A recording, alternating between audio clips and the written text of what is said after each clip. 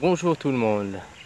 Là, je tiens à faire un sujet à propos de la Terre plate, Terre ronde, creuse, oblate et tout ça.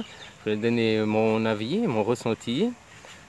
Déjà, j'ai commencé. Pensez-vous vraiment que Christophe Colomb s'est dit c'est une pizza?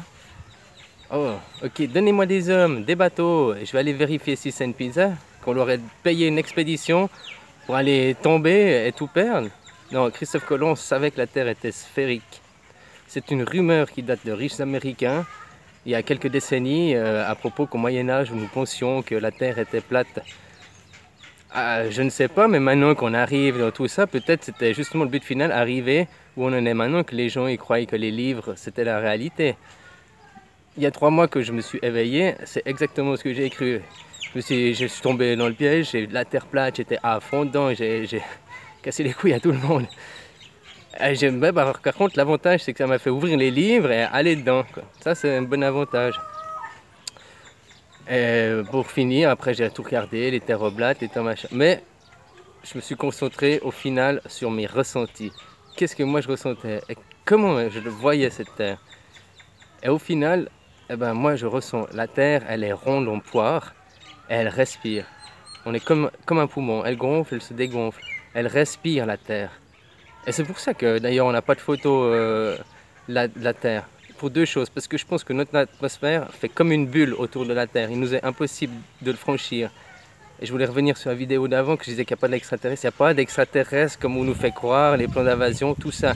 Je pense qu'il y a la vie sur notre planète ailleurs, oui. Mais ils sont comme nous, coincés dans leur bulle. Ils ne peuvent pas en sortir. Voilà, ça c'est mon ressenti. Et oh, et c'est aussi pour ça que nous ne pouvons pas aller dans l'espace pour faire une photo. Voilà, c'est pour ça. Et puis si on faisait une photo qu'il était possible et que nous voyons que la Terre, elle respire, que c'est un être vivant, les gens, ils prendraient tous conscience dans leur tête que c'est un être vivant et que nous sommes en train de la détruire. Entre nos pétroles, nos plastiques, notre style de vie, tout le système comme il est, on va tout dans la destruction. Et pourtant, la Terre, c'est la maison de Dieu. Voilà quoi.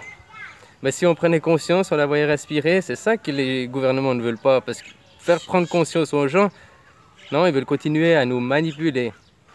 Chacun est libre, mais chacun est libre arbitre et est responsable de lui-même. Personne ne peut faire les choses pour vous.